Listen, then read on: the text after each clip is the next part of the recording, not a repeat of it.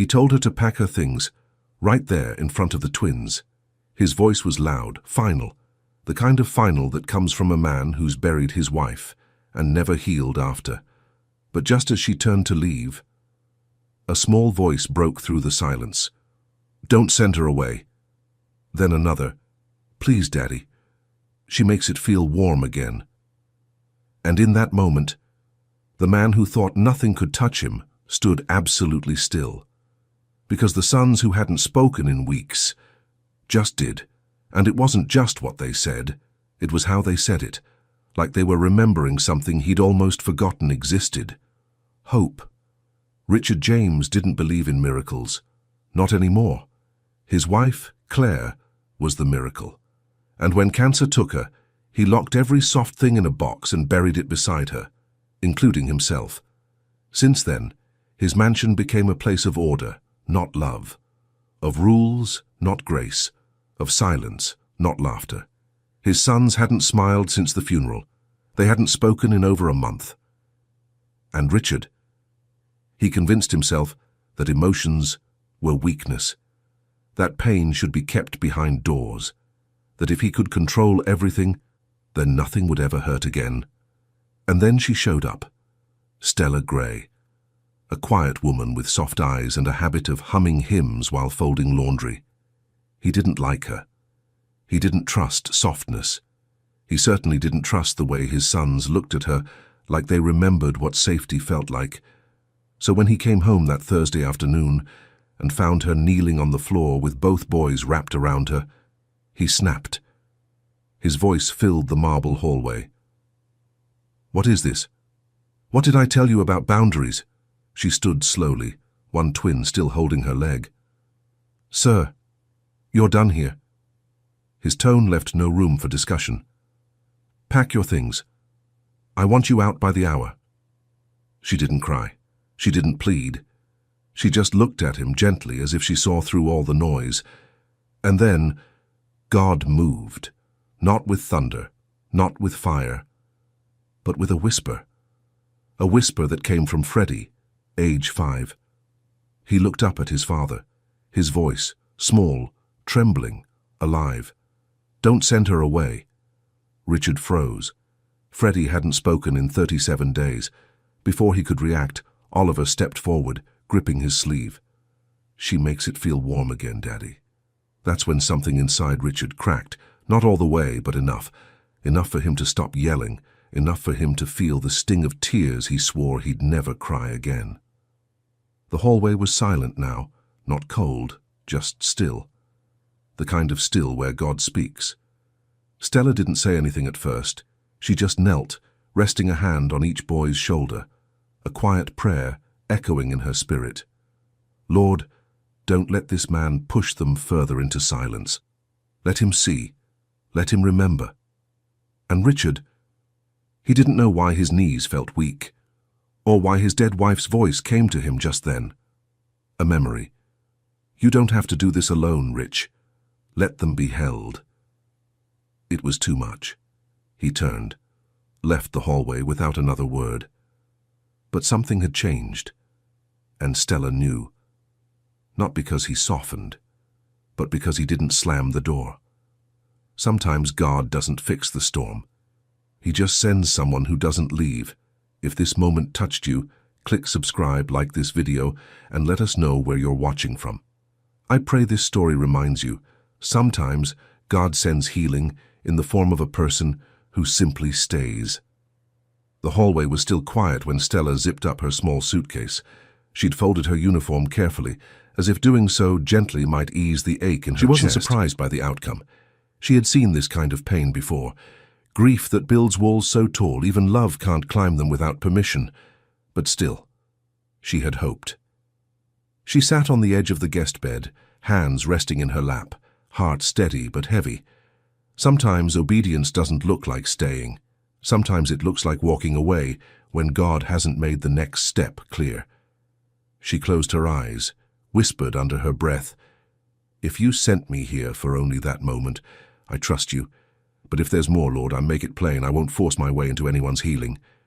Then, a knock. Soft. Hesitant.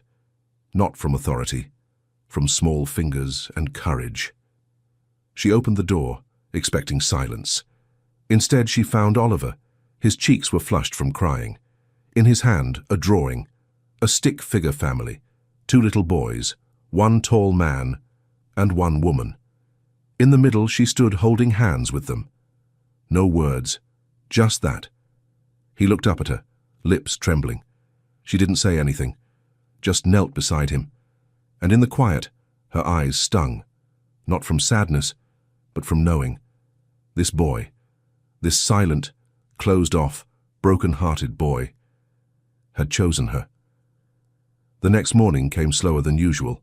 The sun rose, but the house remained dim, as if unsure it was allowed to be warm again. Stella stood in the kitchen, not in uniform this time. No apron, no instructions, no clarity. Just waiting. She wasn't sure if she'd already been replaced. But she stayed. Sometimes, waiting is obedience too. A soft clatter echoed behind her. 2 chairs slid across the kitchen floor.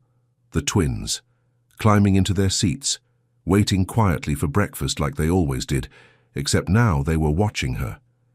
Freddie spoke first. A whisper, barely there. "Pancakes?" She turned slowly. "You remember I made pancakes?" He nodded. Stella blinked back the sudden sting in her chest. Then pancakes it is. She didn't need permission. She needed purpose. And right now, their hunger felt holy. The batter sizzled. Butter melted on the skillet. The boys sat still, but their eyes followed her every move.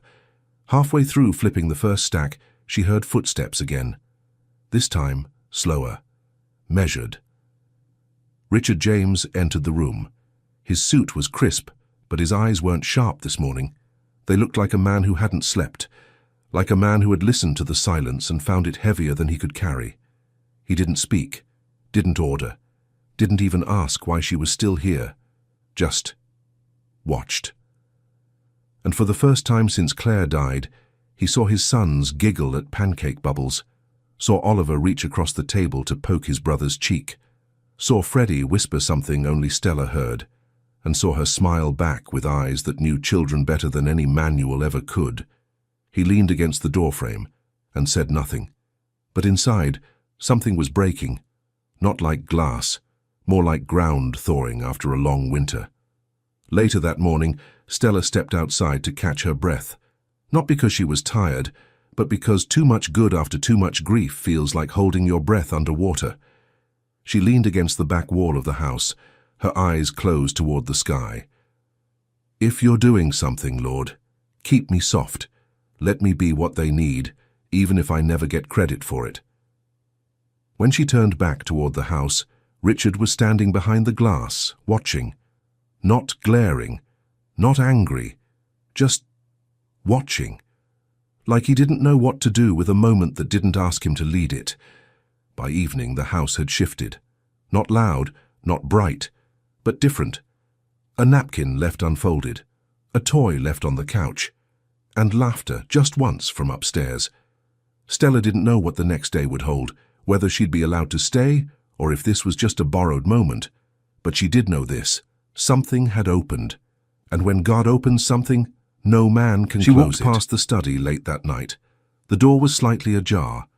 Inside, Richard sat at his desk staring at an old photo. Claire, holding the boys, her arms wide, her smile wide, her eyes bright with something this house had forgotten. Joy. He didn't notice Stella passing, but she saw him. Saw the way he gripped the frame like it was keeping him alive. Saw the way his shoulders sagged just slightly, as if he was finally letting grief fall where it belonged. On the ground. At God's feet. The next morning came quietly. No raised voices, no instructions, no permission either.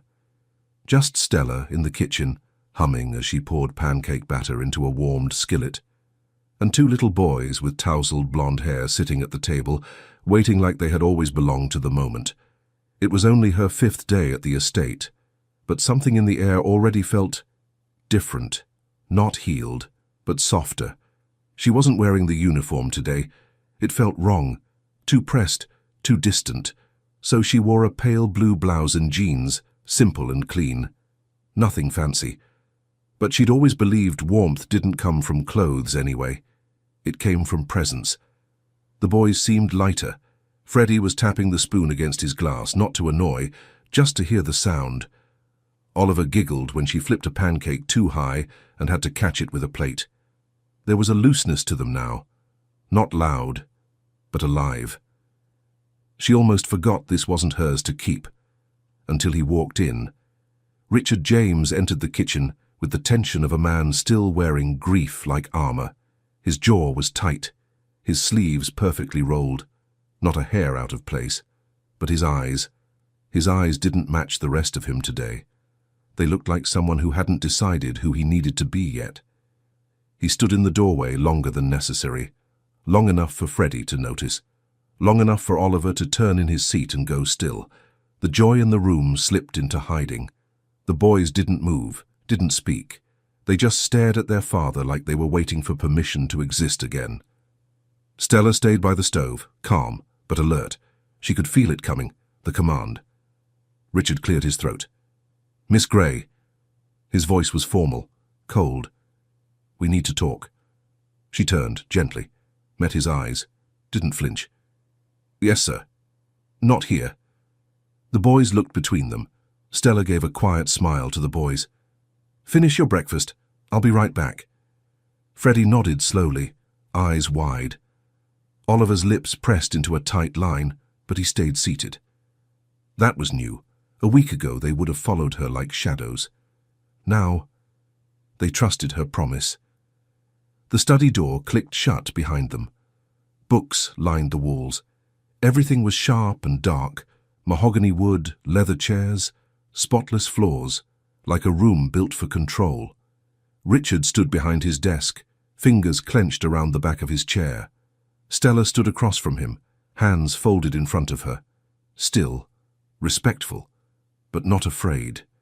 He let silence hang for a moment too long, then spoke. "You were hired to clean, not to play, not to counsel, not to interfere." Stella held his gaze. "I understand." He paced once behind the chair. His voice dropped lower. "You were told the boys need structure, boundaries, professional supervision." Stella spoke gently. "And in that structure they stopped speaking." He froze, not because he didn't know it, but because hearing it out loud sounded like failure.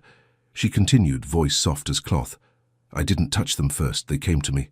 I didn't ask them to speak, but when they did..." Her eyes flickered with emotion, but her tone stayed steady. "I knew better than to silence it." Richard looked at her then, truly looked, not like an employee, like a person who had seen something he hadn't, and that made him angry, not at her, at everything, at the fact that it wasn't supposed to be her. Not some woman from a cleaning agency with a quiet voice and no degree in child psychology. Not someone humming hymns while folding towels. "Why you?" he said quietly, more to himself than her. Stella didn't answer right away. She just let the question sit in the room, because she'd asked herself the same thing, every night. Then she stepped forward, not closer, just clearer. "Because I've known loss, Mr. James. I've seen what it does when it hardens people, and I've seen what happens when someone stays long enough to soften it again." He looked away then, swallowed hard. She didn't push, didn't try to fix him. She just stood still, like a presence that didn't demand anything. Sometimes that's all grief needs. Not words, not action. Just someone who doesn't leave when it gets heavy. He finally spoke again. "I haven't heard them laugh in months." It wasn't a confession, but it wasn't denial either. She nodded gently. "They're not healed, but they're reaching." His gaze met hers once more. "Don't make promises you can't keep." Her reply was soft, almost like prayer. "I won't. But I'll keep showing up." He didn't answer, just sat down at his desk rubbing his temples. The conversation was over, not resolved, but open, and for now, that was enough. Stella stepped back into the hallway. The boys were still at the table, Crayon drawings spread between them. Freddie looked up, worry flickering in his eyes. Stella gave the smallest nod. A quiet yes. She was still here. And somewhere in the study behind her, a man who thought God had left his house sat with his head in his hands, wondering why the silence felt different today. That night the wind was heavy across the hill. Branches tapped the windows, the kind of restless tapping that made the house feel uneasy. Like it too, remembered something it didn't want to feel. Stella stood by the guest room window, arms wrapped loosely around her waist, eyes on the darkness outside. She hadn't unpacked. Her bag still sat on the bench, half zipped, half ready. She never stayed too long in any house. Sometimes grief didn't push you out, it simply never invited you in. Down the hall, laughter, soft and sleepy, drifted from the boys' room. A storybook, some giggles, a whispered, "Good night." It should have been comforting, but instead it pressed against something buried inside her. She blinked slowly. Her hands tightened. Then she walked over to the bag and pulled out a small, battered photo. Edges worn, folded once down the middle. A boy, maybe 10 years old. Freckles, a smile too wide for his face. Her little brother, Joshua. She sat on the bed, turning the photo over, a scribbled verse in faint blue ink. Even if he doesn't, he is still good. Daniel, 3:18. Her thumb brushed the edge of the page. That verse had been taped to his hospital bed. She'd written it, but after the fire, after the smoke, the screaming, the split-second choice to grab the baby next door first, she stopped believing it, stopped teaching, stopped singing, stopped letting herself be close to anyone who might reach for her and not survive. A soft knock pulled her back. Not loud, just one knock. Then the door creaked open. It was Oliver, in pajama pants too long and a mismatched shirt, hair sticking up on one side like he'd fallen asleep and woken up just to come find her. In his hand, a drawing. Another one. This one had 3 figures, 2 boys, 1 woman. No man this time, just the 3 of them under a sun that looked more like a heart. He walked over and held it out. She took it slowly. "You made this tonight?" He nodded. Then, for the first time, spoke with quiet certainty. "Freddie said you don't leave." Her breath caught. Not because the words were dramatic, but because they were true. He climbed up beside her without asking, like it was the most natural thing in the world. And when he leaned his head against her arm, she whispered into the silence, "I lost someone too." His fingers stilled against the fabric of her shirt. "My brother, a long time ago. He was small, kind. He loved building things out of cardboard." She smiled faintly. "After he died, I stopped building anything at all." Oliver didn't speak, but he didn't leave either. His presence gave her permission to continue. "I was a teacher once, but grief made me question if I could protect anyone again. So I cleaned instead. It was easier to scrub away other people's messes than face the mess inside myself." She exhaled, voice low. "But God kept placing children in my path. One here, one there, and then you two." Oliver looked up at her. "God sent you?" The question was so innocent, so raw, it nearly undid her. She could have brushed it off, could have smiled and nodded like adults do when the truth hurts too much, but she didn't. She looked him in the eyes. "I think God sent you to remind me not to run anymore." Oliver's lower lip trembled, but he smiled. Not wide, not bright, but real. Later, when he'd fallen asleep beside her, she carried him gently back to his room. Freddie stirred when she laid his brother down, opened his eyes, reached for her hand. She took it without hesitation, held it longer than necessary, and in that quiet, something lifted from the room. Not the pain, not the past, but the weight of walking through it alone. She walked back to her room, her feet light, but her heart full. God hadn't healed her wound, but he was using it. Not through grand gestures, but through 2 little boys who drew pictures with hearts for sons. Down the hallway a door creaked. Richard, standing in the shadows, watching.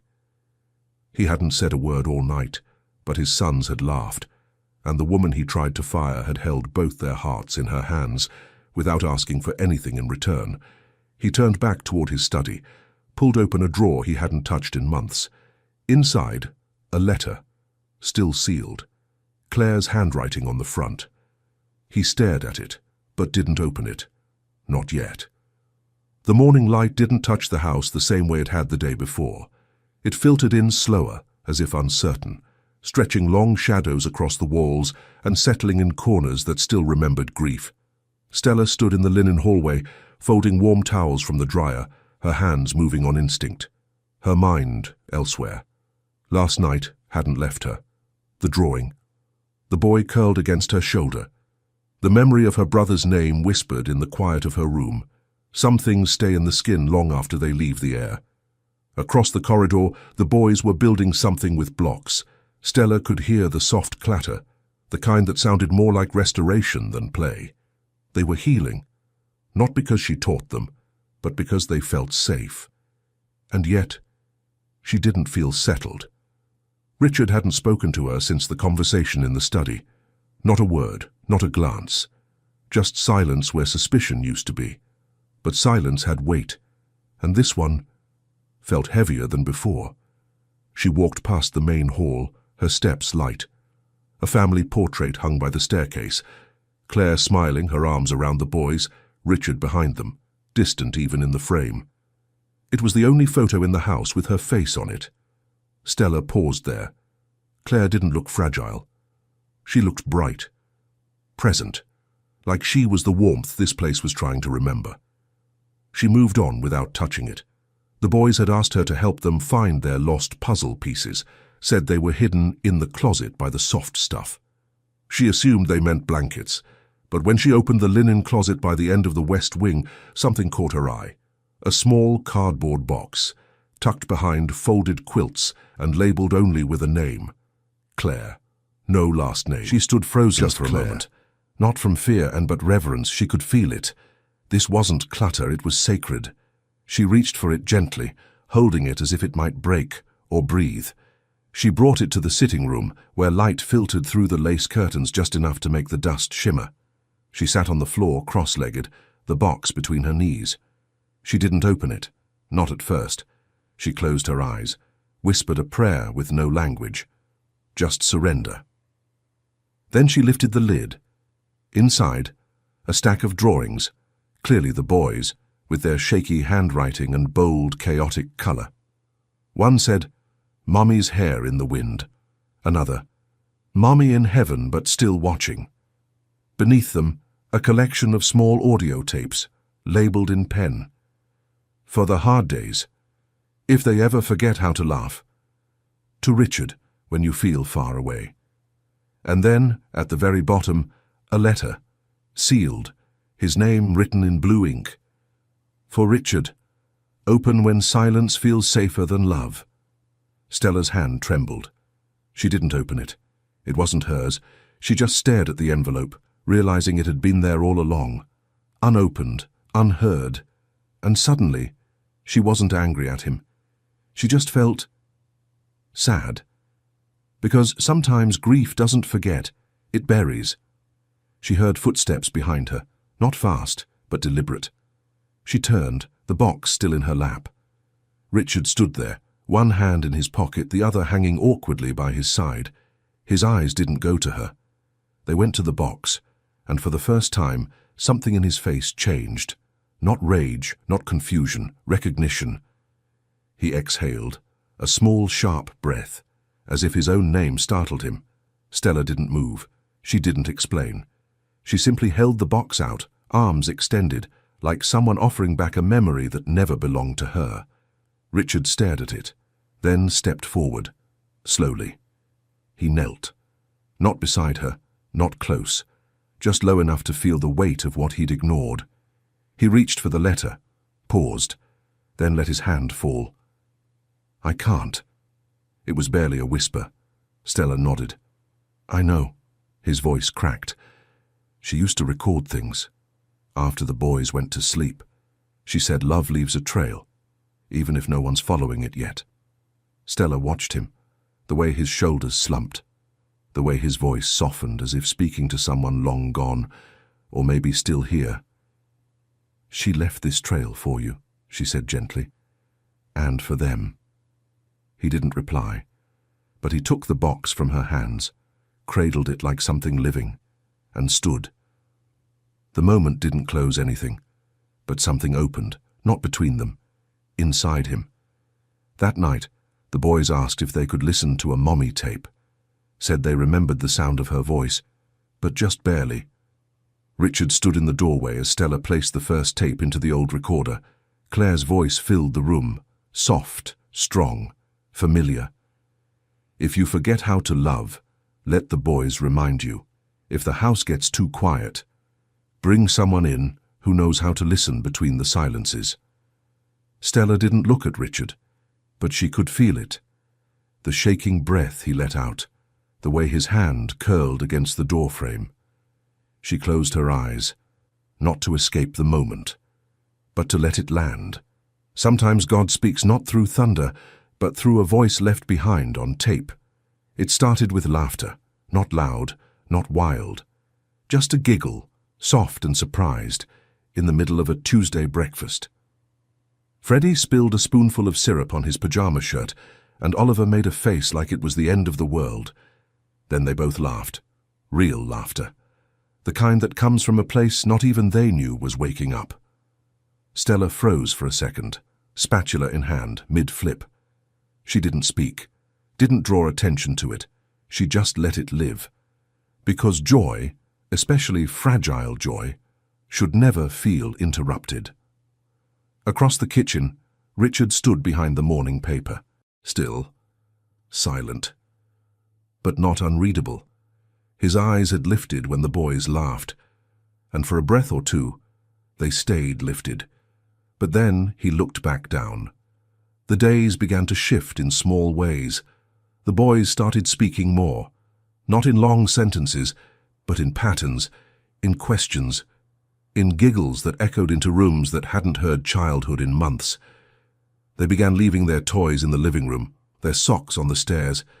They fought over which pancakes were crispier. They asked for seconds.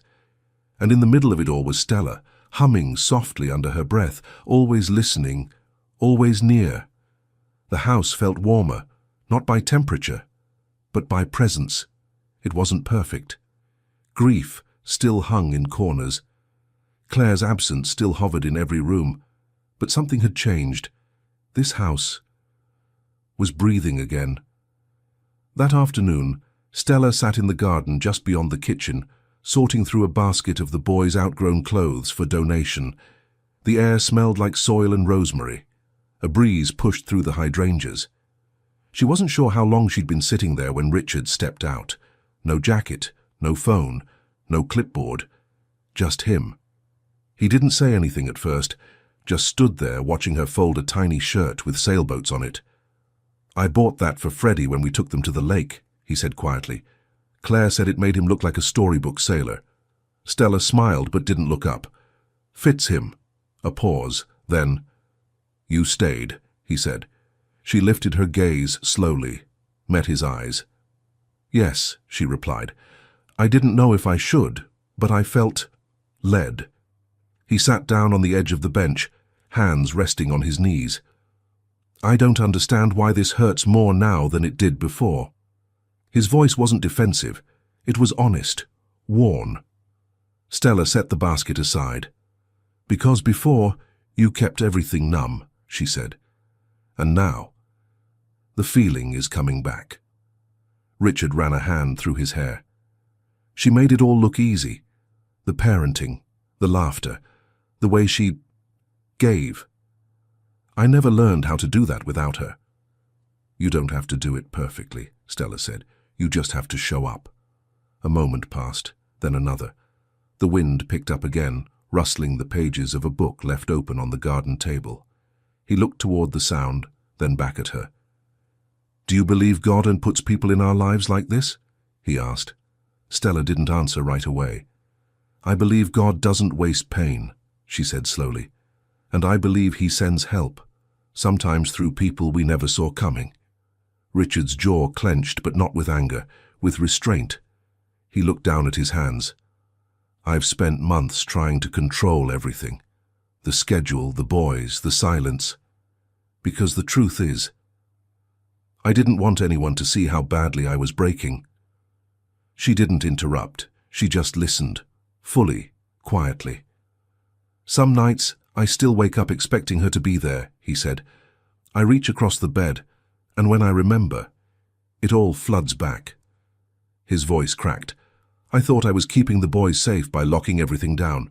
No music, no touch, no emotion. He shook his head.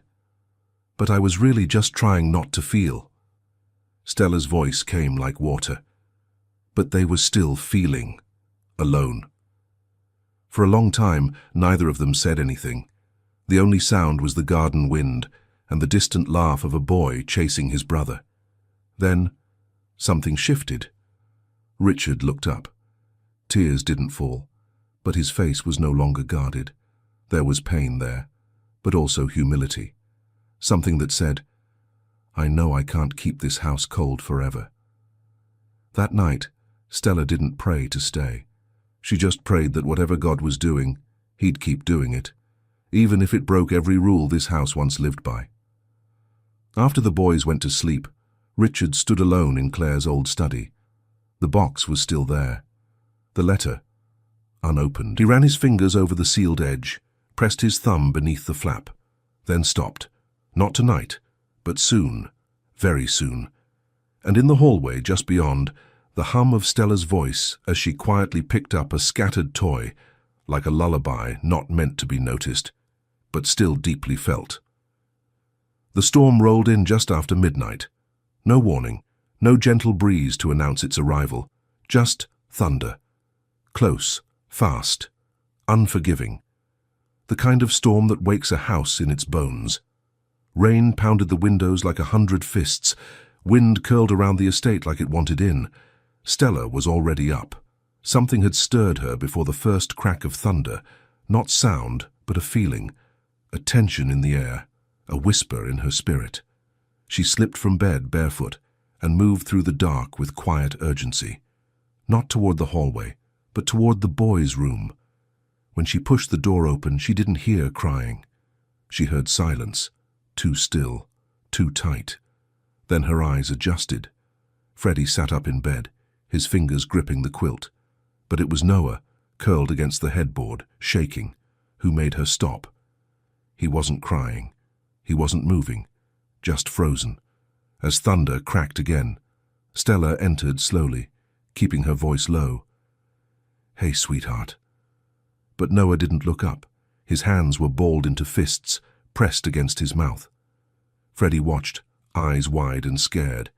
He didn't know what to do. He only knew this wasn't normal. Stella knelt beside the bed. It's just a storm, baby. Just the sky being loud. Noah flinched. His chest rose and fell too fast. Breath caught halfway between inhale and panic. And Stella knew then. This wasn't just about thunder. This was about memory, the kind that hides until lightning calls it back. The door burst open behind her. Richard. He looked half asleep, fully alarmed, his shirt clinging to one side and his hair undone. His eyes locked onto Noah. What happened? His voice was sharper than intended. Freddie shrank back in the bed. Noah didn't respond, still shaking, still silent. Richard stepped forward. I'll call Dr. Lang. He said if this happens, he needs presence. Stella interrupted softly. Richard stopped, his fists clenched. Presence doesn't stop panic. Stella looked up at him. No, but panic doesn't survive love. It wasn't a challenge. It was truth. She turned back to Noah, staying close, but not touching. Not yet. I'm here, she whispered. I'm not going anywhere. He rocked slightly, whispered something that sounded like Mom. It shattered something in Richard's posture. He dropped to one knee beside the bed. His voice cracked. Noah. The boy didn't respond. He was too far in, too deep. Stella reached behind her, grasped one of the boy's worn blankets, and gently laid it across his lap. Then she began humming. Soft, low, not to fix, but to steady. A song her mother once sang in the middle of hard nights. Not a lullaby. A prayer. Richard just stared, helpless, unarmed. This was the moment he had spent months trying to prevent. And now it was here, and all his defenses were useless. Noah's fists began to loosen, barely. But enough. His breathing slowed. One hand uncurled and reached out, not for Stella, for his father. Richard didn't move at first. Then slowly, he placed his hand beneath his son's. Noah gripped it, tight. And then, for the first time in weeks, he cried. Not from fear, from release. The room went quiet. The storm still screamed outside, but inside, something calmed. Stella stepped back. Let them have it. The moment, the breakthrough, the grace. Later, after the boys had fallen asleep, Noah still holding onto Richard's shirt, Stella found herself in the hallway outside their room. She leaned against the wall, hands trembling, not from fear, from awe. God had shown up. In the middle of thunder, he had answered a prayer too deep for words, and she had watched a father finally hold his son without hiding behind control. Richard stepped out not long after. He looked undone, and more human than he'd ever appeared. His voice was hoarse. I didn't know what to do. Stella met his eyes. You didn't have to know. You just had to stay. He nodded once, then, thank you. It wasn't enough, but it was honest. She didn't reply, just placed a gentle hand on his arm and gave the smallest nod. There would be more storms. But now, he knew how to weather one. Later that night, Richard sat alone in the boys' playroom, staring at a wooden block tower still standing from the afternoon. He picked up one of the blocks, held it in his palm, and wept. Quietly. Not because of what was lost, but because, for the first time, he believed healing might still be possible. The morning after the storm, the house held its breath. No voices, no rushing, only a quiet that felt reverent. The kind of silence that follows a sacred breaking. Richard sat alone in Claire's old study. The curtains were half drawn, letting in soft morning light that painted the room in gold and dust. On the desk in front of him, the box sat open, and next to it, the letter, still sealed, still waiting. He hadn't touched it yet. He didn't even reach for his coffee, didn't check his phone, didn't move. He just sat there, his hands resting on his knees, his eyes locked on a name written in blue ink. Claire. Not wife, not mother. Just Claire. The woman who once laughed in this room while folding baby clothes and humming to herself like she didn't know life could break. He missed her most in silence, not in anniversaries or milestones, but in mornings like this, when the boys were still asleep, and the only sound was the ache of her absence. He finally reached for the envelope. The paper felt thin, but it shook in his hands like it carried weight. He didn't open it right away. He held it to his chest for a moment, closed his eyes. God, if I'm going to read this, help me listen. And then, slowly, he tore the seal. The letter unfolded like it had been waiting years to breathe. Claire's handwriting, familiar, full of loops and kindness, spilled across the page in quiet strength. My love, she wrote, if you're reading this, it means the house has gone quiet. I always knew it might. You were never built for loss, Richard. You built walls for business, for negotiation, but not for grief. That kind of pain doesn't obey plans, it doesn't follow schedules. You tried to hold everything together. You did. But sometimes, holding too tight is what makes things fall apart. The boys don't need perfection. They need presence, laughter, mess, noise, and you. Let them feel, let them cry, let them be hugged until they fall asleep in your arms again. And if the house forgets how to breathe, bring someone in who knows how to listen between the silences. The last line stopped him. He read it twice, then a third time. His breath shuddered. He thought he'd done what was best, by keeping the house in order, by locking away anything soft. But he had misunderstood strength, and mistaken grief for failure. Stella's voice came back to him then, from the night before. You don't have to know what to do. You just have to stay. And he had. Not perfectly. Not gracefully. But he had stayed. The sound of feet padded softly in the hallway. Not rushed, just familiar. Richard folded the letter, pressed it against his chest, and turned. The door cracked open. Stella stood there, her hand resting on the frame. She didn't speak. She didn't need to. He looked up, his eyes red-rimmed but clear. I read it, he said. Her expression softened. He stood slowly, walked toward her, the letter still in hand. For a moment, they simply stood in the quiet. Two people not trying to fix anything, just letting truth settle between them. Later that afternoon, Richard called a meeting with his board. He stood at the head of a long glass table in a room filled with polished ambition. But this time, he didn't speak from authority. He spoke from honesty. My sons need a father right now, not a CEO. Some of the men and women exchanged glances, but no one interrupted. He continued. Effective immediately, I'm stepping back. Not to escape, but to show up. We've built towers that scrape the sky, but I've forgotten how to build a home. By evening, the house was still quiet, but not empty. The boys ran through the hallway chasing a balloon, laughing as it floated just out of reach. Stella was in the kitchen, humming over a pot of soup, the kind of tune you don't sing to be heard, just to keep peace near. And Richard. He stood by the living room window, watching his sons move with the kind of joy that once felt extinct. His fingers brushed the edge of Claire's letter, tucked inside his shirt pocket. He didn't smile, not fully, but something in his eyes broke open, like light through a sky long overcast. That night, he sat in the boys' room, not as a visitor, as their father. He told them a story.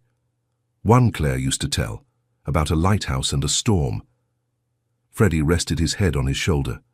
Noah clutched his hand, and when they fell asleep, Richard stayed, not out of obligation, but because he wanted to. And for the first time he whispered a prayer, not for success, not for control, just gratitude. Thank you for not leaving us in the silence. It was Stella who found it, tucked high in the attic, in a corner that hadn't been touched since Claire's last spring. The light came in through a dusty pane of glass, painting long beams across boxes labeled Christmas, Baby Toys, Claire. She had only meant to find a blanket. But instead, she found a trunk. Inside, music sheets, old letters and journals, and a red cloth tail spilling out from the edge of a folded object.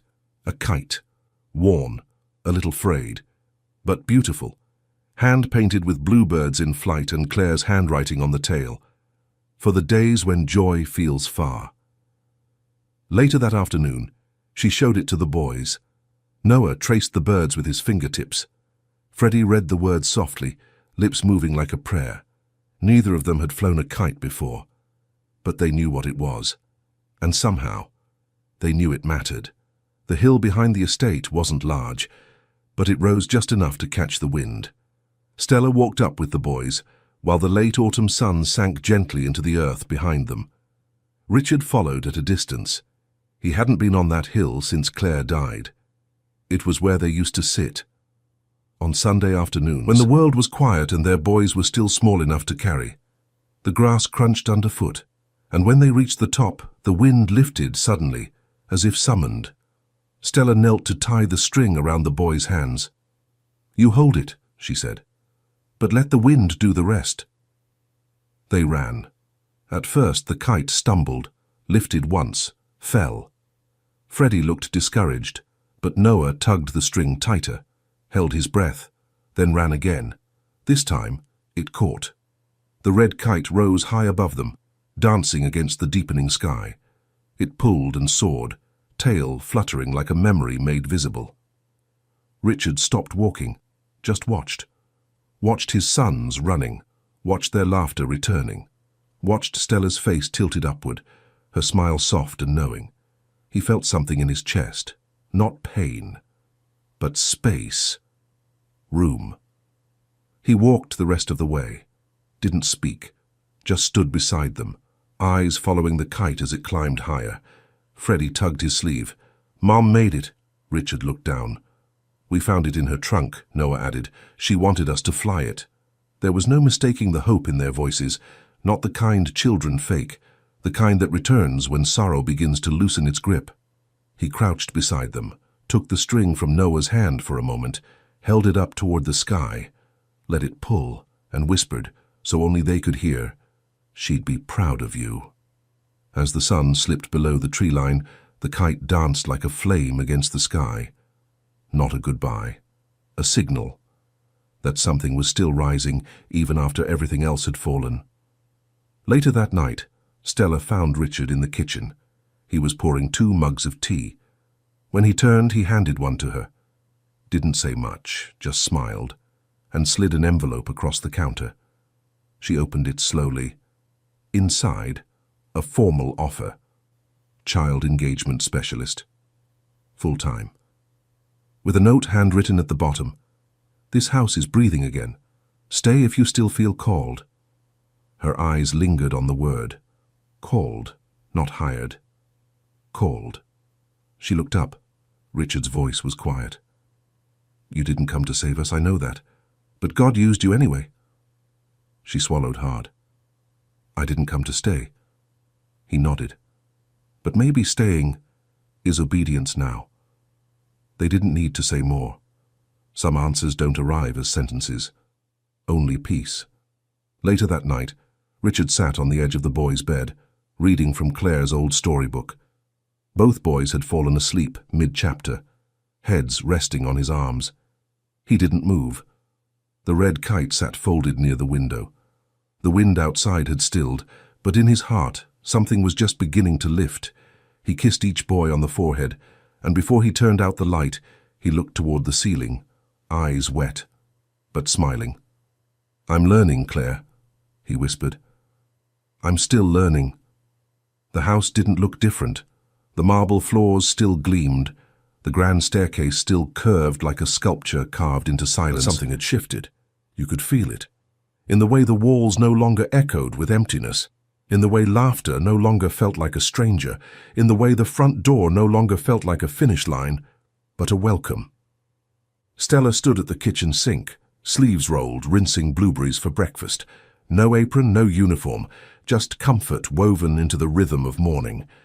A cartoon hummed quietly from the living room where the twins sat shoulder to shoulder, building a fort from cushions and giggles.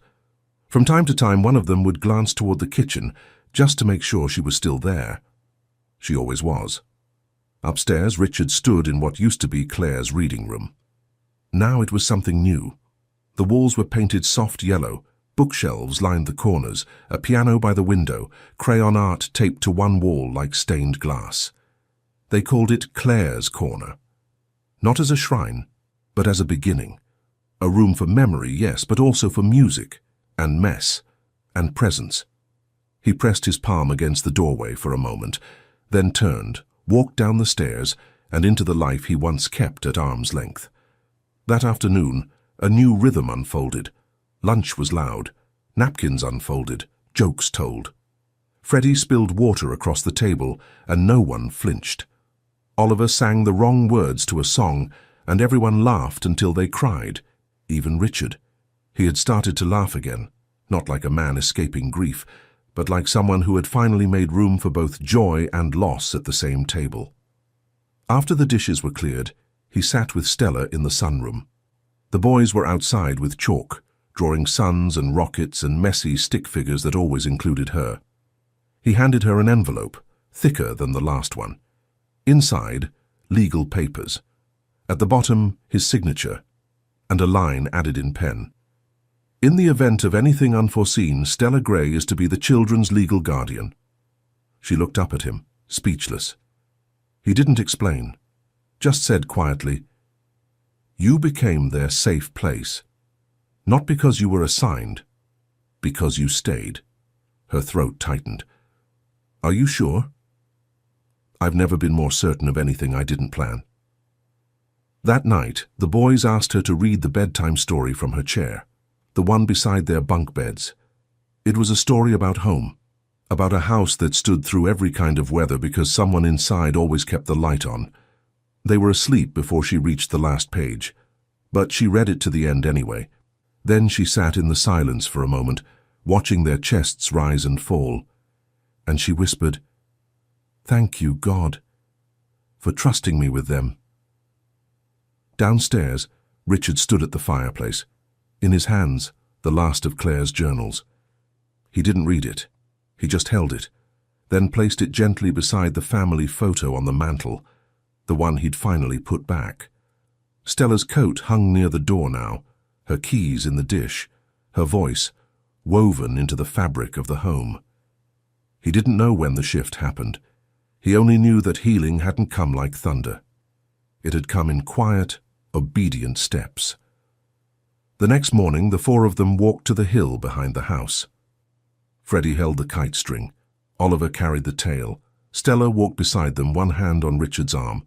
The wind lifted just as they reached the top. The kite rose easily this time.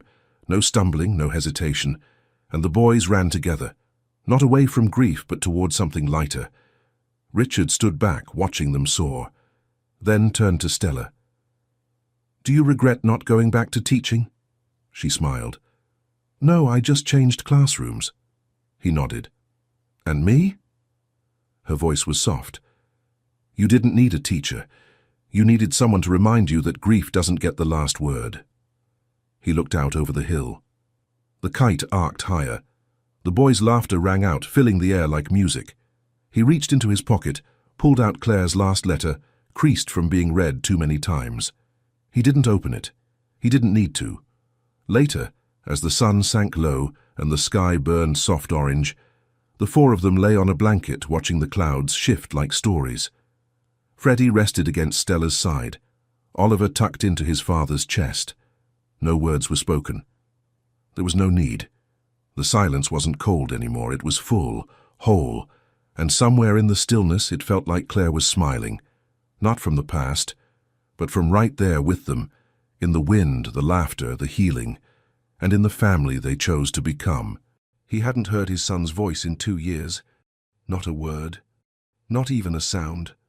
Then one afternoon, he came home early and found his little boy on the floor, smiling, holding a toy stethoscope, pressed to the chest of a woman he barely knew.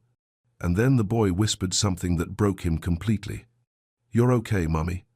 The woman was just the housekeeper. No training, no therapy, no reason this moment should have happened. But in that quiet living room, something sacred took place.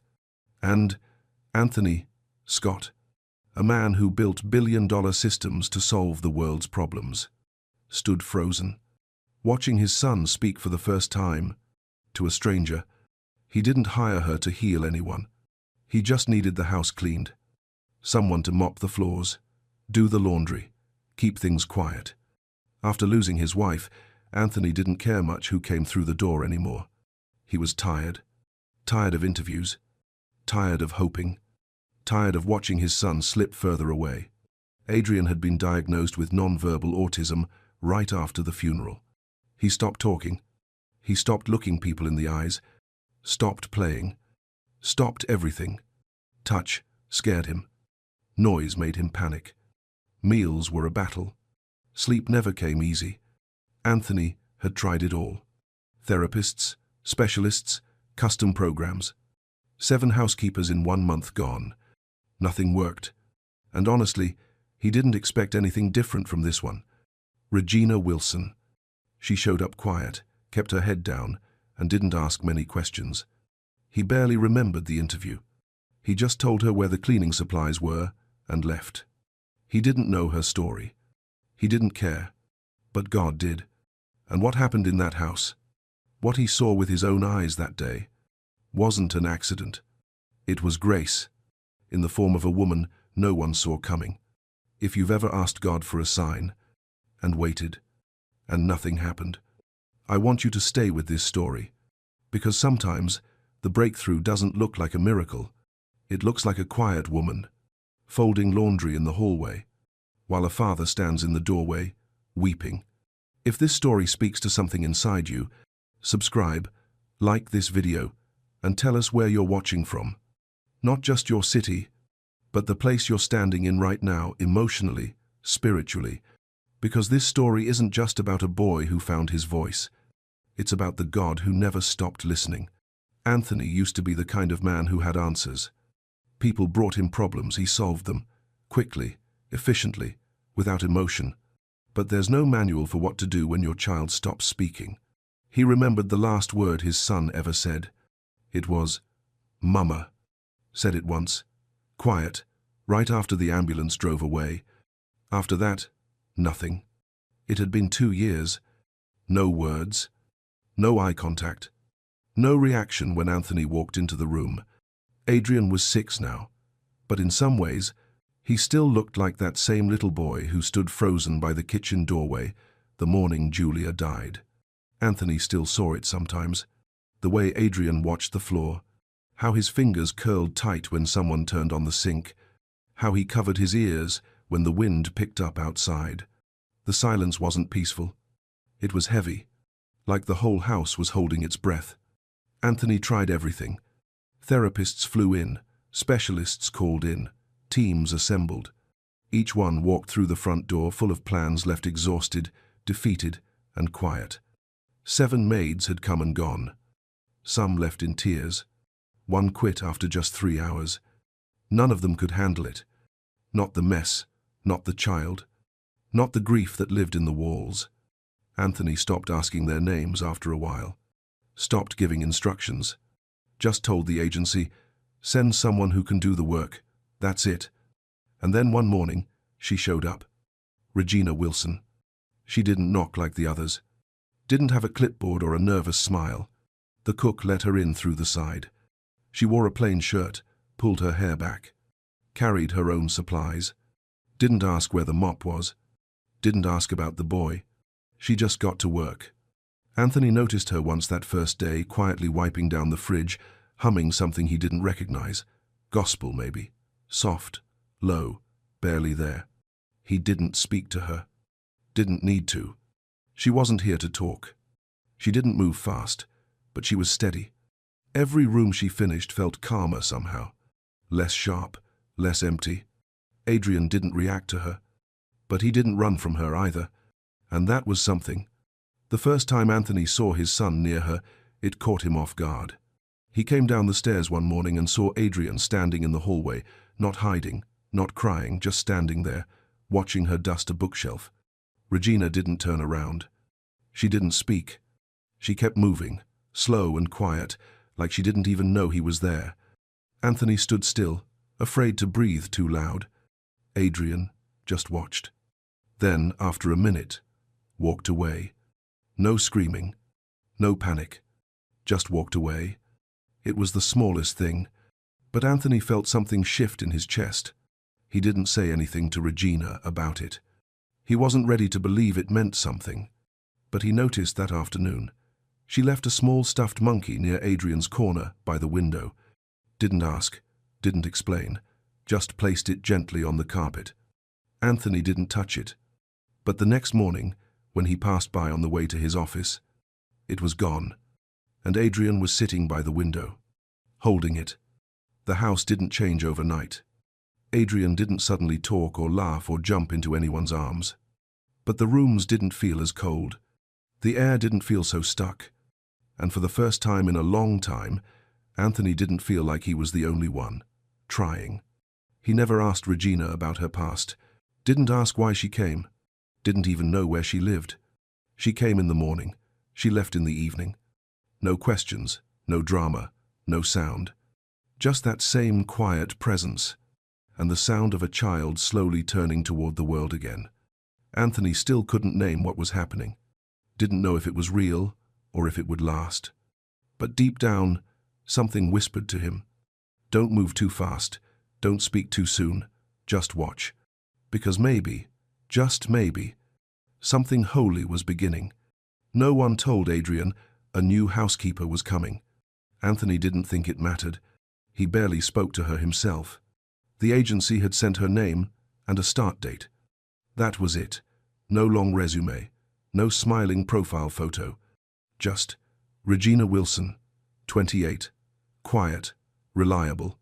That morning, she showed up 10 minutes early. The cook let her in. Anthony didn't go to the door. He stayed in his home office, drinking coffee that had gone cold. He wasn't expecting much. Every new staff member came in with the same pattern. Nervous the first day, hopeful the second, overwhelmed by the third, gone by the fifth. So when Regina walked in quietly, took off her jacket, and asked for a broom, he barely looked up. She didn't ask about Adrian, didn't ask for a tour, just asked where the mop was and what time dinner usually wrapped up. There was something still about her. Not stiff, not cold, just still. She moved like someone who had learned not to take up too much space. Not out of fear, but because it was safer that way. She didn't wear perfume. She didn't wear earbuds. And she didn't speak unless spoken to.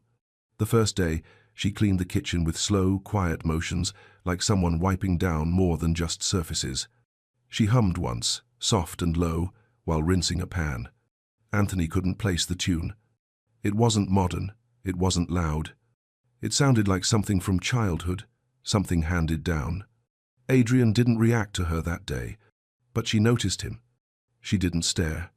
She didn't crouch down or call his name like the others did. She just let him be. He passed by once, while she was wiping the baseboards. She kept working, didn't look up, didn't try to connect.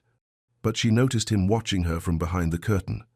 That night, after Regina left, Anthony found something unusual. A small stuffed monkey, old, worn and missing an ear, was sitting near the spot where Adrian always sat by the window. That toy had been boxed away months ago. No one had touched it since. He didn't ask the staff about it. He didn't say anything the next morning. But by the time Regina returned, the monkey was in Adrian's lap. She didn't say a word about it. She just smiled, very softly, and went back to folding laundry. Over the next few days, small things kept happening. Regina placed a fresh cup of milk in the corner of the hallway near Adrian's usual spot. Nobody told her he liked it warm. Nobody told her he never drank it. But the next morning, the cup was empty. She didn't ask about it. She didn't celebrate. She just left another one the next day. And the next. Anthony began noticing how quiet the house felt. Not empty, just less tense. Staff didn't walk on eggshells. There were fewer slamming doors, fewer whispered apologies. He didn't want to say it out loud, not even to himself. But it was easier to breathe when Regina was there. Not because she fixed anything. Not because she made grand gestures, but because she didn't try to be anything but present. She didn't avoid Adrian. She didn't chase him either. She just noticed. Like the way his fingers twitched when certain fabrics brushed his skin, or how he only sat near windows in the afternoon, not the morning, or how he always avoided the red crayon. She never asked Anthony about him, but she watched, and she listened, and something about that felt like grace. One evening, Anthony passed by the living room. Regina was sitting on the floor, folding clean towels into neat stacks. Adrian was a few feet away, facing the wall, rocking gently, holding his stuffed monkey. Neither of them said a word, but they were in the same room, breathing the same air, not afraid of each other. And for some reason, that image stayed with Anthony the rest of the night. He still didn't know who Regina Wilson was, where she came from, what her past looked like, but there was something about her he couldn't explain. She wasn't a therapist. She wasn't trained. She wasn't trying to prove anything. But something about the way she noticed the world made it feel less broken. And somehow, without trying, she was beginning to reach the one soul Anthony had spent 2 years failing to reach. Adrian didn't start talking. He didn't run into anyone's arms or laugh out loud. But he began showing up. That was the first sign. He started appearing in doorways. Not close, just near. Watching Regina as she worked. She never called out to him. Never tried to bring him in. She just did her tasks like usual, folding, sweeping, wiping down the tables. But she saw him. Sometimes it was just his eyes behind a curtain, sometimes his feet just visible around a corner, and she let him stay hidden. She never made it about him, but she always kept the room quiet, always moved a little slower when he was near, always hummed that same soft tune like a memory carried on the edge of her breath. One afternoon, she was wiping the kitchen counter when she noticed Adrian's cup of milk hadn't been touched. She didn't throw it out. She warmed it again, poured it into a clean cup, and set it by the wall where he usually sat with his monkey. She didn't look back, didn't wait to see what happened. She just went back to wiping crumbs from the sink. A few minutes later, she walked past again. The cup was gone, and the monkey had been placed beside it, like a thank you, without words. Anthony had started paying attention more, too. He never said anything, but he began lingering near the rooms where Regina worked, not to monitor, not to intrude, just to see what she saw. One morning, he paused by the staircase and watched Adrian sitting on the floor just outside the laundry room. Regina was folding towels, quiet, focused. Adrian was near the doorway, not inside the room, not watching her directly, but close.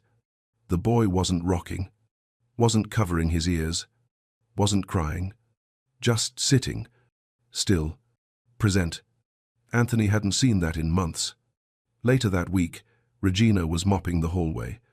She paused at a spot where Adrian had been standing earlier. A red crayon was lying on the floor.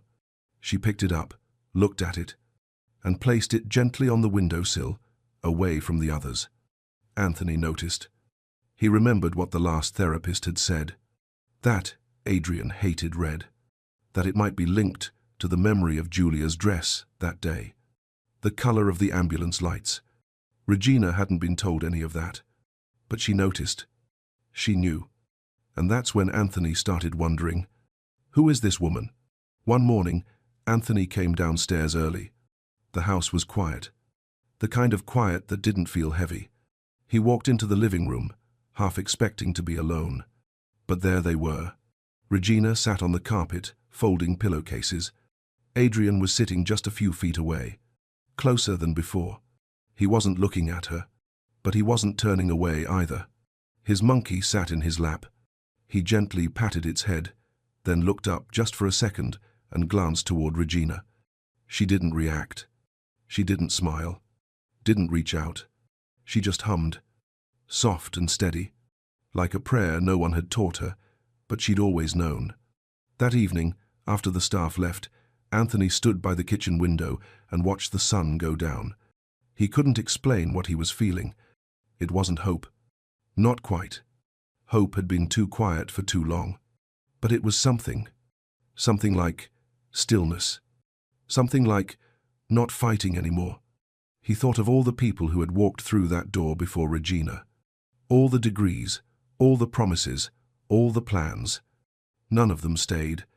But this woman, who said almost nothing, who came with no credentials, was slowly rebuilding a bridge no one else had been able to touch.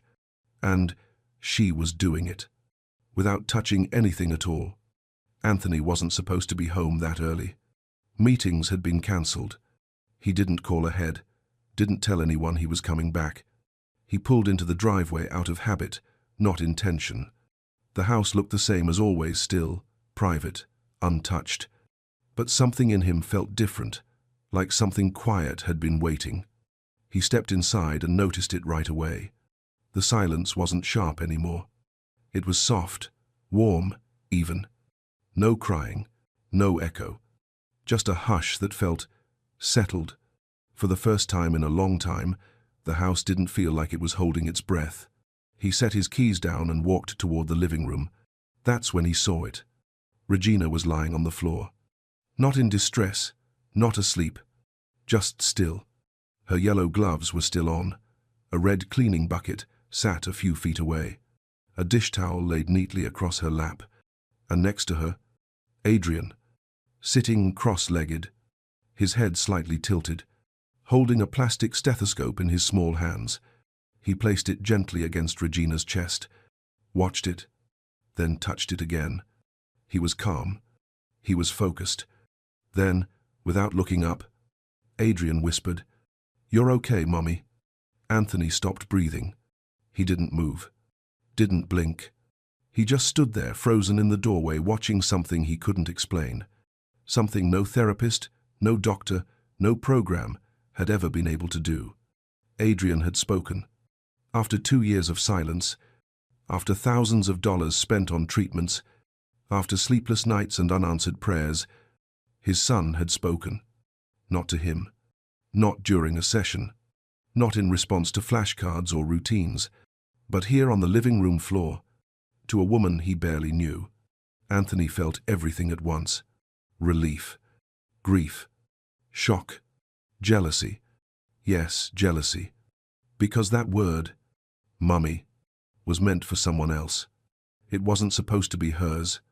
It wasn't supposed to come out like that, so natural, so soft, so real. It should have been said in a moment he could share. In a space he had created. Not like this. Not without him. He turned away before they could see him. His eyes burned, his chest ached. He walked back to his office like he was moving through water. And then, for the first time in over a year, Anthony Scott, a man known for never breaking, sat down behind his desk and wept.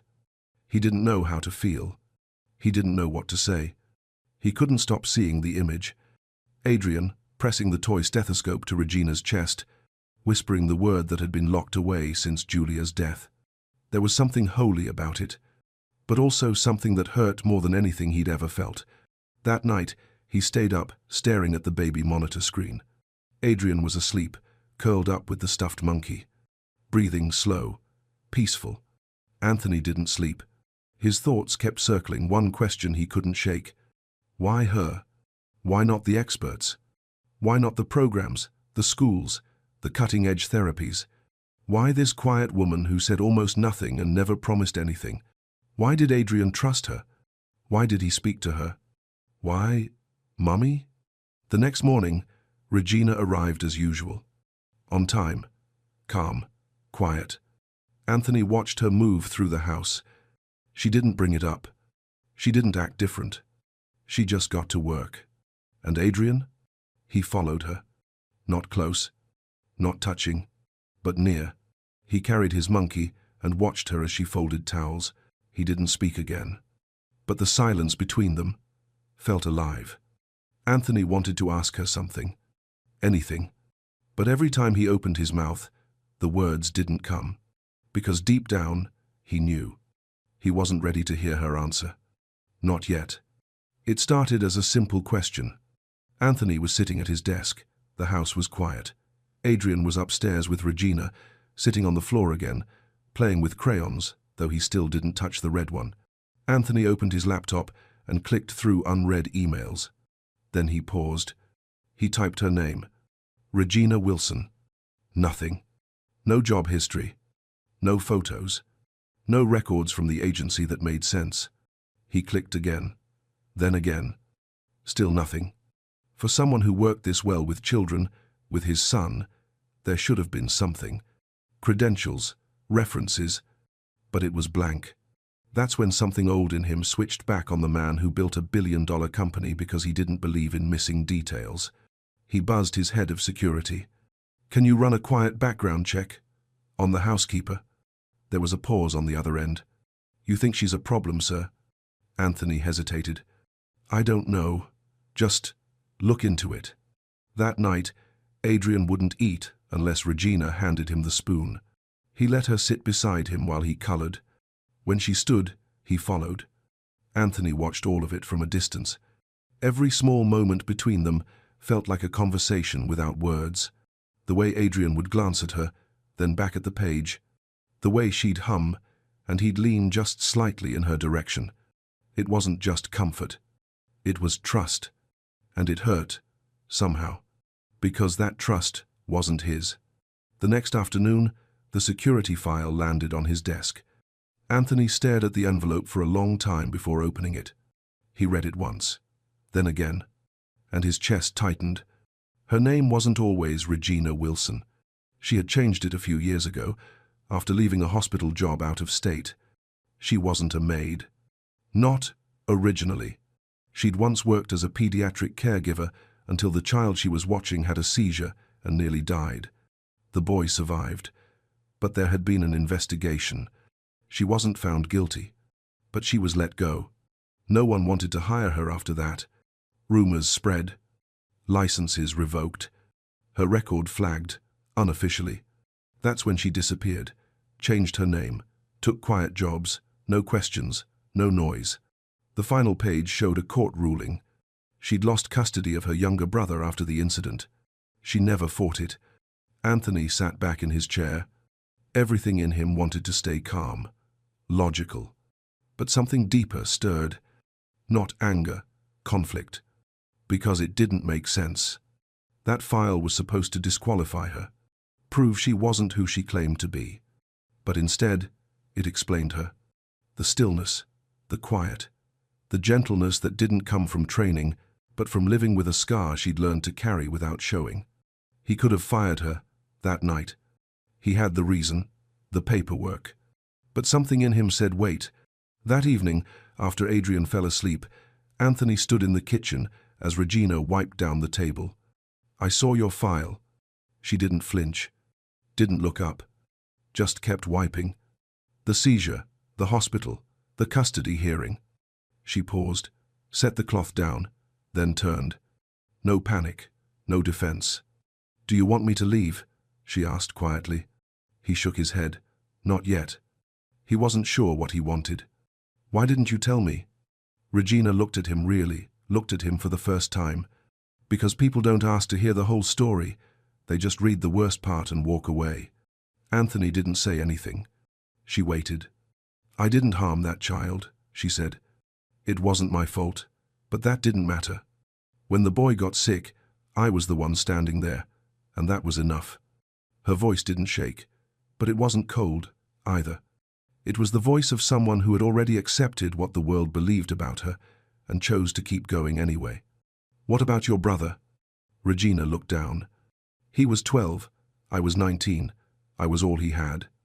But after the case, they split us. He was adopted by another family. I wasn't allowed to see him. He sent me a letter once, but I never wrote back. I didn't want him to grow up ashamed of me. Anthony stared at her. You think Adrian's going to be ashamed of you? Regina blinked.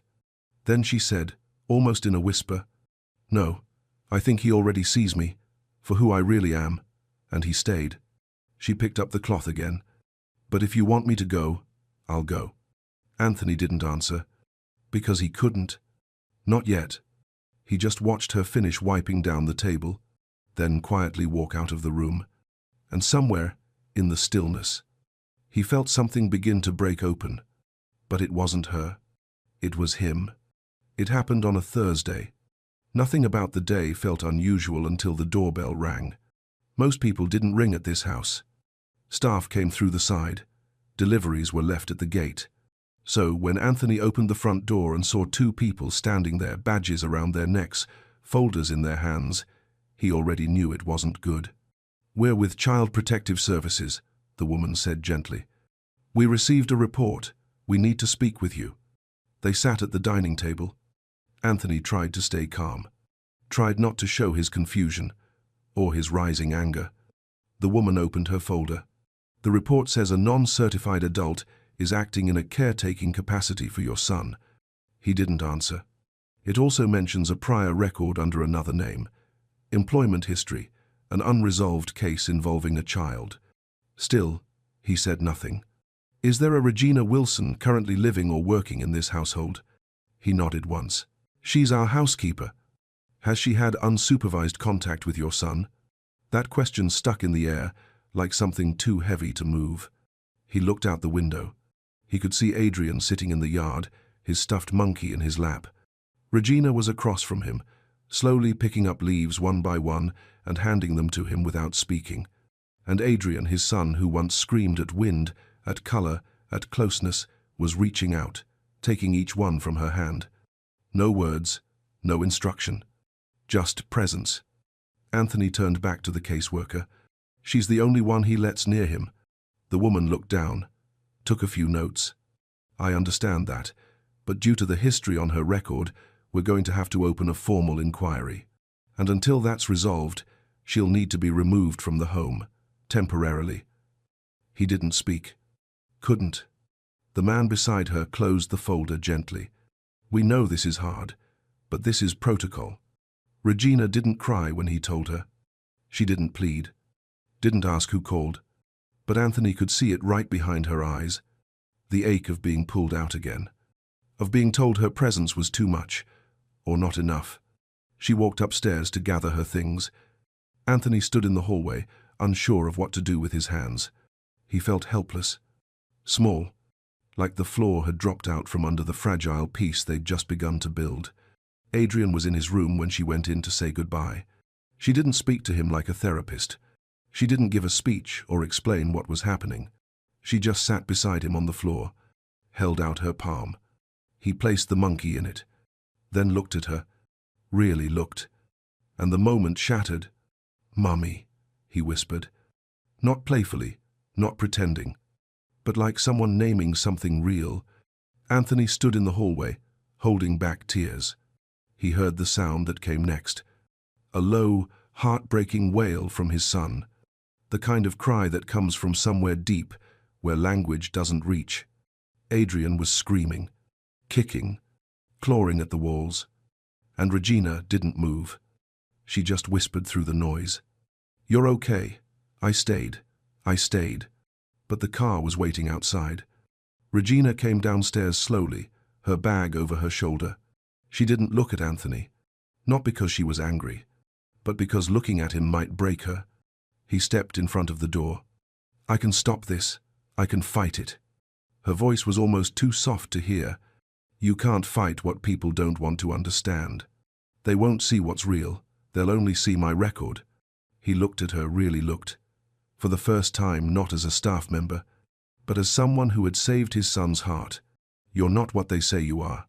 "Neither is he," she said, quietly. She reached into her pocket, pulled out the monkey, placed it in Anthony's hands. "Please don't let him forget I stayed." And then she left. No drama, no goodbye, just a door closing behind her. That night the house wasn't quiet. It was loud with pain. Adrian screamed for hours. Not words, not tantrums, just raw, empty cries that had no shape, only hurt. Anthony tried to hold him, but he was pushed away. He tried to sing, to hum what she used to hum, but Adrian covered his ears, and Anthony sat there on the floor, holding a stuffed monkey, and realizing he hadn't just lost a housekeeper, he'd lost the only person his son had ever trusted. The house felt different now, not empty, not loud, just wrong. There was food in the fridge, dishes put away, towels folded. Everything looked fine, but nothing was. Adrian stopped sleeping through the night. He wouldn't stay in his room, wouldn't let anyone dress him, wouldn't eat unless it was one brand of crackers, broken into 4 exact pieces. He cried more, but not like before. This was deeper, not tantrums, not fear. It was loss, a kind of pain Anthony didn't know how to reach. Every time Adrian passed the corner where Regina used to leave his milk, he paused, looked, waited. And every time, there was nothing there. Anthony tried to fill the space. He cancelled work, stayed home, sat beside Adrian when he colored, tried to hum that soft tune she always used. But it wasn't the same. The boy didn't move toward him, didn't push him away, either. He just sat in silence. Somewhere far, somewhere Anthony couldn't go. Days passed like that. Anthony kept watching the door, like maybe she'd return. No one did. Not the agency, not the staff, not the people who said they'd help. They came for the report, the questions, the removal, but not for the child they claimed to protect. One night, Anthony stood in the kitchen long after Adrian had fallen asleep on the couch. The monkey was still in his arms. The house was still, the kind of still that hurts more than noise. And he asked the question out loud, quiet, but clear. "God, what am I supposed to do now?" No answer, no signs, just stillness. But something stirred in him. Not rage, not desperation, Resolve. The next morning, he made 2 phone calls, one to his lawyer, one to the private investigator he used during corporate buyouts. "I want everything," he said. "I want to know what really happened to her. I want to know who lied and why." 2 days later, the first folder landed on his desk. It wasn't long, but it was heavy. Regina had been working at a children's clinic in North Carolina when the incident happened. The child had a rare seizure disorder, undiagnosed, unpredictable. Regina had followed protocol, called for help, stayed with him until the ambulance arrived. But the hospital didn't want press, didn't want questions, so they gave the family a quiet settlement and blamed the caregiver. She was let go the next day. No hearing, no defense, no second chance. Her license was quietly flagged. She was told not to speak to the media. One nurse had tried to stand up for her, wrote a letter. It was ignored. And then Anthony saw it. A voicemail, buried in a phone record the investigator had recovered. It was from the clinic's administrator. "If she talks, we'll bury her again. She's lucky she's walking free." Anthony sat there, stunned. All that pain, all that shame, all that silence she had carried wasn't hers to carry. He could still see her eyes the night she left, still hear her voice. They won't see what's real. But he had. He saw his son speak. He saw his son laugh. He saw something break open that no doctor, no dollar, no program had ever touched. That evening, Adrian had a meltdown, the worst one since Regina left. He screamed until his voice cracked, threw his crayons, tore a photo off the wall. Anthony held him anyway, not to fix it, just to stay. Adrian clawed at his chest, frantic, breathless. "Bring her back," he sobbed. "Mommy, please bring her back." Anthony's body broke into 100 quiet pieces. He rocked him gently, arms tight, eyes full. "I will," he whispered. "I promise you, I will." And for the first time in his life, Anthony Scott didn't care what the world said was allowed. He had seen the truth. Now he was going to fight for it. He didn't tell anyone at first. No announcements. No press. Just one quiet decision made in a corner of his office with the monkey still sitting on the shelf behind him. Anthony read the file again. Not as a businessman. Not as a father. But as a man who had once begged God for help and didn't recognize the answer when it came through the back door. Now he did. And he was ready. His lawyer said it wouldn't be easy. Reversing a formal CPS action required proof, documents, testimony, time. But Anthony didn't blink. Do it anyway. He handed them everything. The hospital report, the flagged voicemail, the list of therapists who had come and gone, and a video. Not a dramatic one, just a quiet clip from the baby monitor the day Anthony had come home early. Adrian, toy stethoscope. Regina, still and stiller. And that voice. "You're okay, Mummy." Word started to spread. Not on headlines, not in blogs, but between people. The nurse who had written the ignored letter years ago came forward. A former hospital volunteer. A mother from a support group. Each one had a story. Each one had seen how Regina showed up in silence and stayed when others walked away. And slowly, the picture began to change. The hearing was scheduled on a Tuesday morning. Regina showed up in a plain blue dress, hair tied back, no makeup. She sat quietly in the back until her name was called. Anthony sat beside her. Adrian stayed home with a trusted sitter, crayons, and a monkey in his lap. They asked Anthony to speak. He didn't use a script, didn't quote statistics, didn't try to sound impressive. He just told the truth. "My son didn't speak for 2 years, not a word. We had the best doctors, the best programs, the best people money could buy. None of them reached him. But she did. She didn't use charts or techniques. She didn't promise results. She just showed up, every day, quiet, present. And one afternoon I came home early, and I saw something I'll never forget. My son spoke. He looked at her, put a toy on her chest and said, 'You're okay, Mommy.' I've built companies that have touched the world, but nothing has touched my son's heart until her. I don't care what a file says. I don't care who made a mistake years ago. I saw what was real. And what's real is that my son knows who saved him. When he sat down, the room was silent. Regina didn't cry.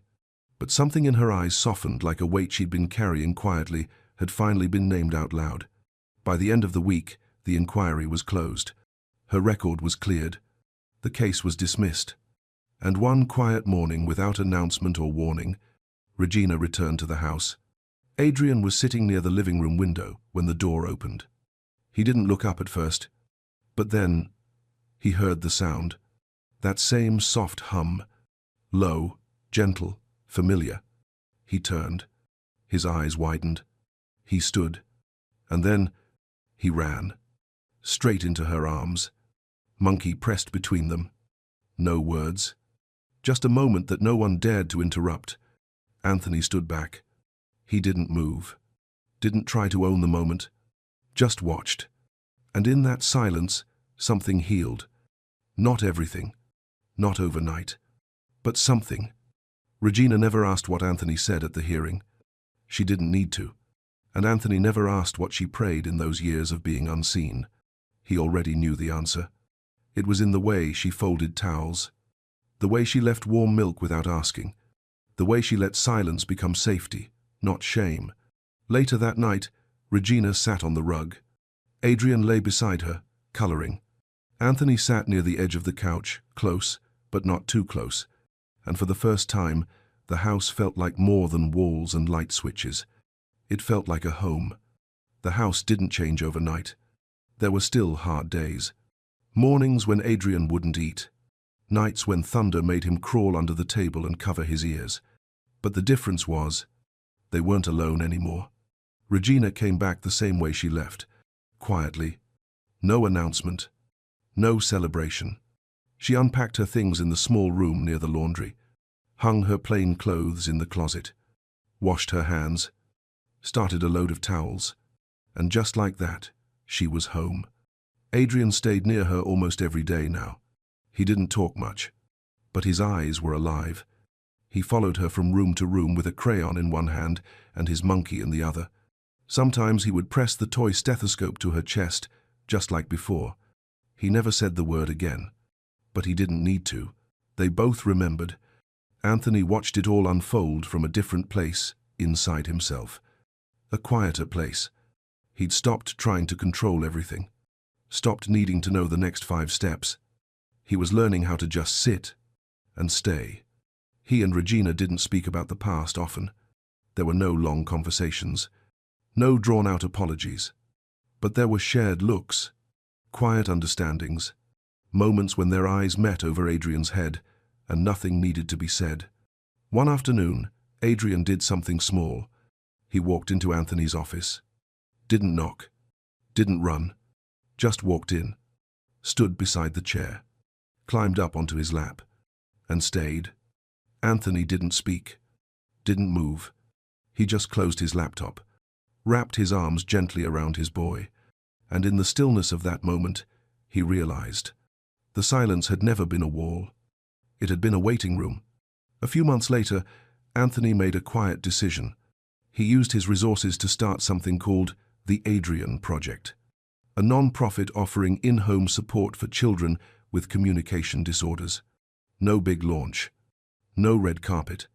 Just real help, offered in quiet homes like his used to be. He asked Regina to be the first director. She said no at first. "I don't want to be the face of anything," she said. "I just want to keep showing up." But he insisted. "That's exactly why you're the right person." So she agreed. On one condition. "We don't fix kids," she said. "We meet them." The house felt different now. Not because of new paint or new staff, but because there was laughter. Not loud, not wild, but real. Adrian had started to read. One word at a time. He still hated loud noises, still didn't like crowds. But he laughed when the monkey fell off the table. He painted sunrises with soft colors. He whispered, "I love you," to Regina before bed. He called her Miss G. She never corrected him. Every Friday afternoon, Adrian brought the toy stethoscope into the living room. Regina would lie back on the rug, arms by her sides, and he'd press the little plastic piece to her chest. Every time he smiled, every time it mattered. Anthony sometimes watched from the stairs. No phone in hand, no deadlines waiting, just his son, breathing, laughing, present. There were no big endings, no final breakthroughs, just the quiet beauty of something broken, becoming whole in its own way. On a cool evening in early spring, Adrian crawled into Regina's lap during story time. The book slid from her hand. He looked up at her, toy monkey tucked under his arm. "You're okay," he whispered. She blinked, pressed a hand to his cheek. "So are you," she said. Anthony walked past the door just then, paused. He didn't interrupt, didn't speak. He just smiled. The kind of smile that holds gratitude too deep for words. Because he knew. This wasn't the house it used to be. It didn't echo with silence anymore. It didn't ache with unanswered prayers. Now, it breathed. Softly, steadily, together,